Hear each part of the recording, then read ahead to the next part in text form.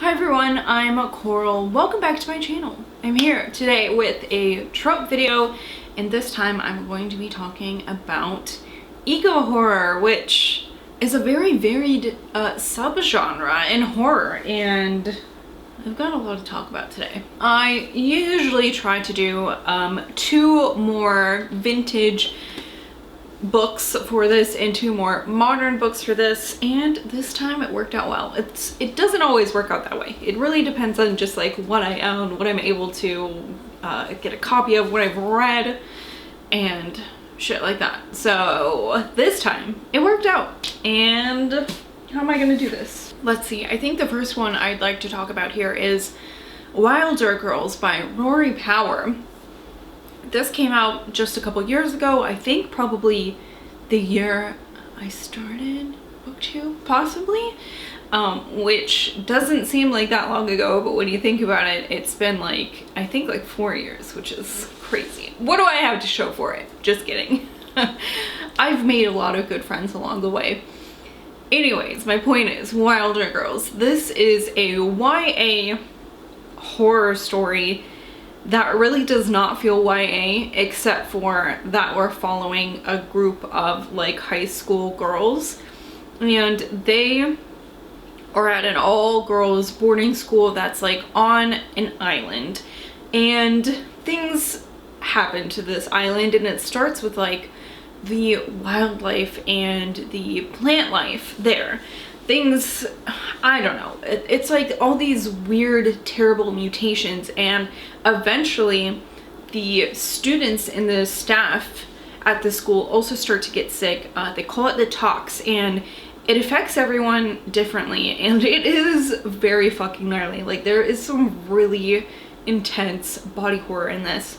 Eventually all the teachers die and a lot of the students die, and now really there's just a handful of young women left at this school. You know, they've got to find a way to communicate with the outside world because they really just can't leave the school. It's treacherous. The stuff that has happened to the like woods kind of that's on the land where the school is, it's just really, it's treacherous, it's dangerous, no one wants to go out there, and really they have to like protect themselves in the school from the stuff outside, all while these strange mutations are starting to happen to the girls as well. And eventually people die of the tox. As I said, there's only a few girls left at this point, but all of them have been infected with it. It's just that not all of them have died. So even the girls that we're following in this story have very creepy things. If I'm remembering right, the main character has like some sort of plant or flower that's like grown out of her eye. It's so gnarly. The body horror in this is so gnarly. Like, when I say YA, it's like that's just what it's been categorized as, like, through the publishing industry, but this is so gross. It's like, it almost shouldn't be YA, I think. Not that younger readers can't enjoy a gruesome thing, but this is really gruesome. This is the story of these girls trying to survive at the school, and they can't leave. They're on an island. They don't have contact with anybody outside. They keep expecting to be saved at some point, and that's not happening, so they have to take matters into their own hands, and boy, this is gnarly. Then we'll talk about one I did not love very much. This is The Plants by Kenneth McKenney. Let's see, when was this published? I try to do that. I try to talk about that and I always fucking forget. This was published in 1976, and I have to say, the writing in this isn't bad. Initially, I was really interested in what was going on in the story. This is about a small England town, and really just all over the globe, they're having a really beautiful summer. Lots of sun, lots of rain. Plants are growing so well, and in this little town, what is it called? Brandling.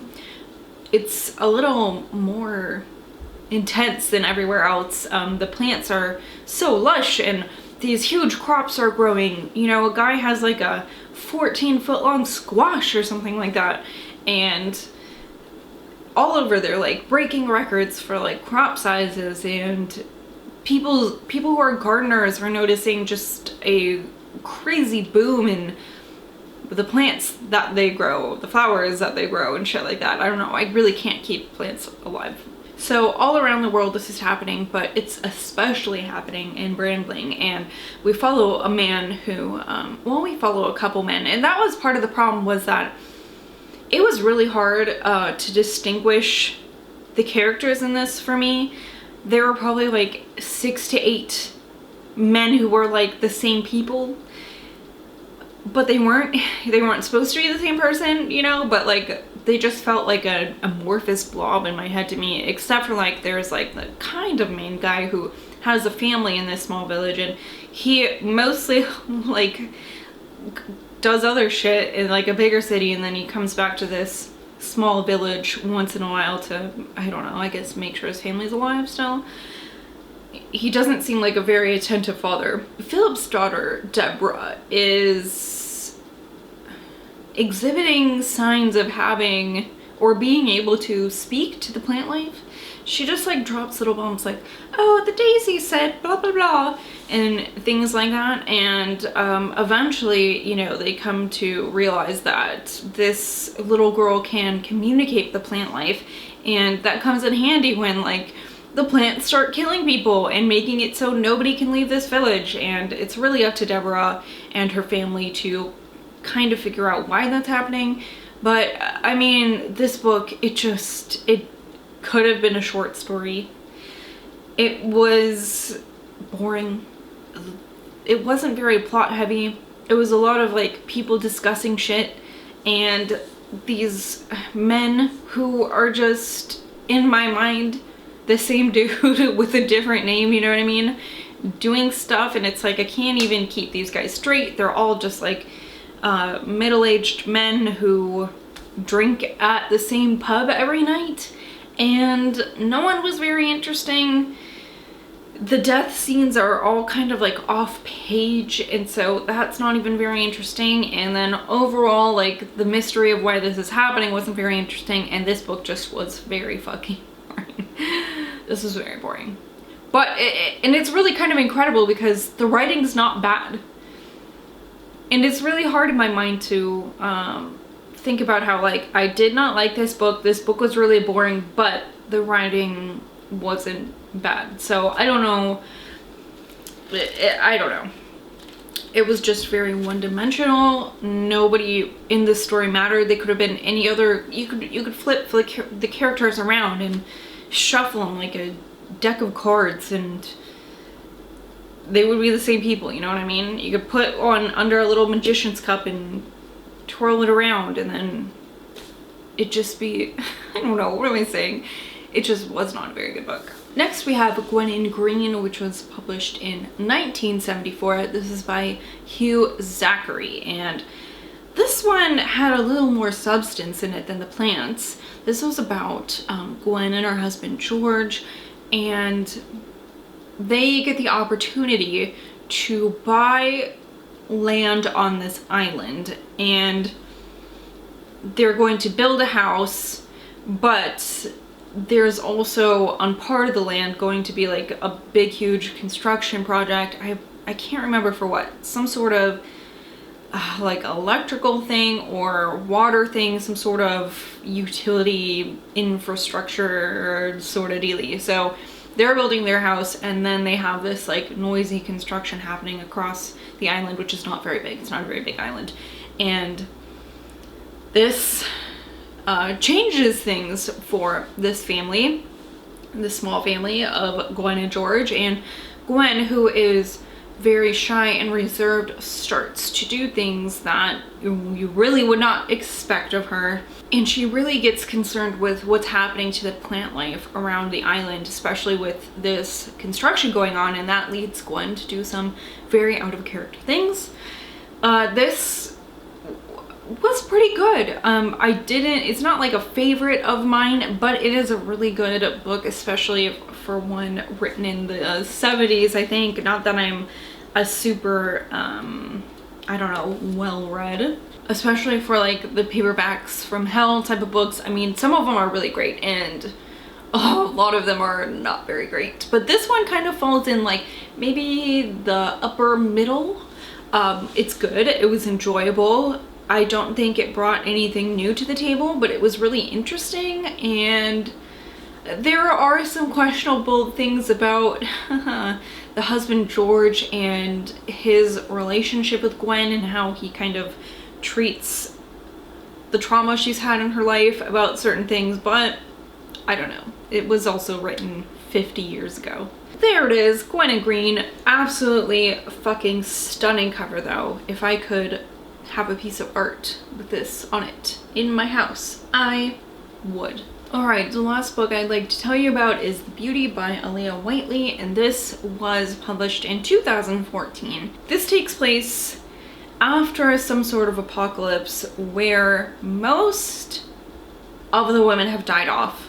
And I say most because we don't really know what's going on in any other part of the world in this. We just follow this really small group of men, and the main focus here is this man named Nate, who is like the storyteller. So he every night tells like a little story. Sometimes they're more like fables where you want to convince people to have certain emotions, kind of, you know what I mean, kind of manipulation, but in a gentle way.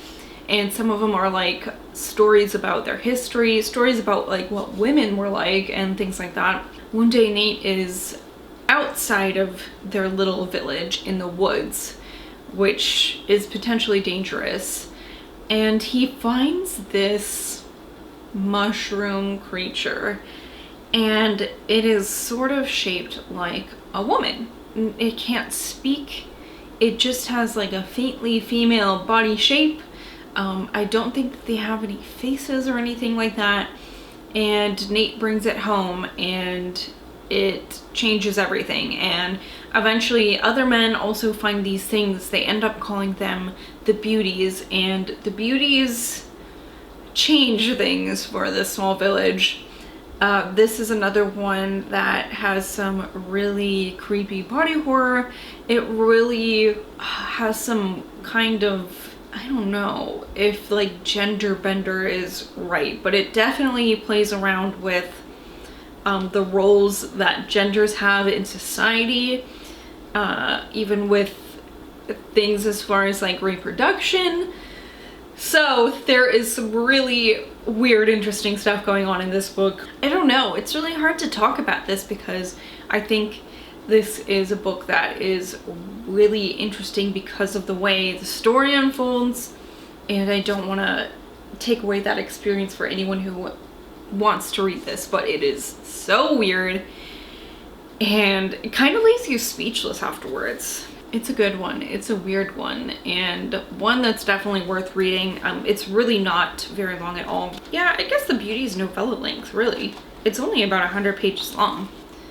So really the second half of this book is all like a different story. So this is The Beauty. It's about 100 pages, and then, so yeah.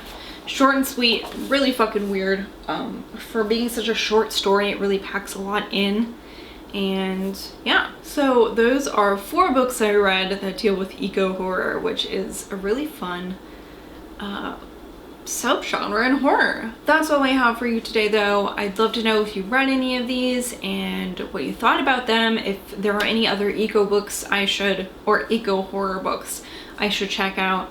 I'd love to hear from you guys. So thanks so much for watching. I will see you all later. Goodbye.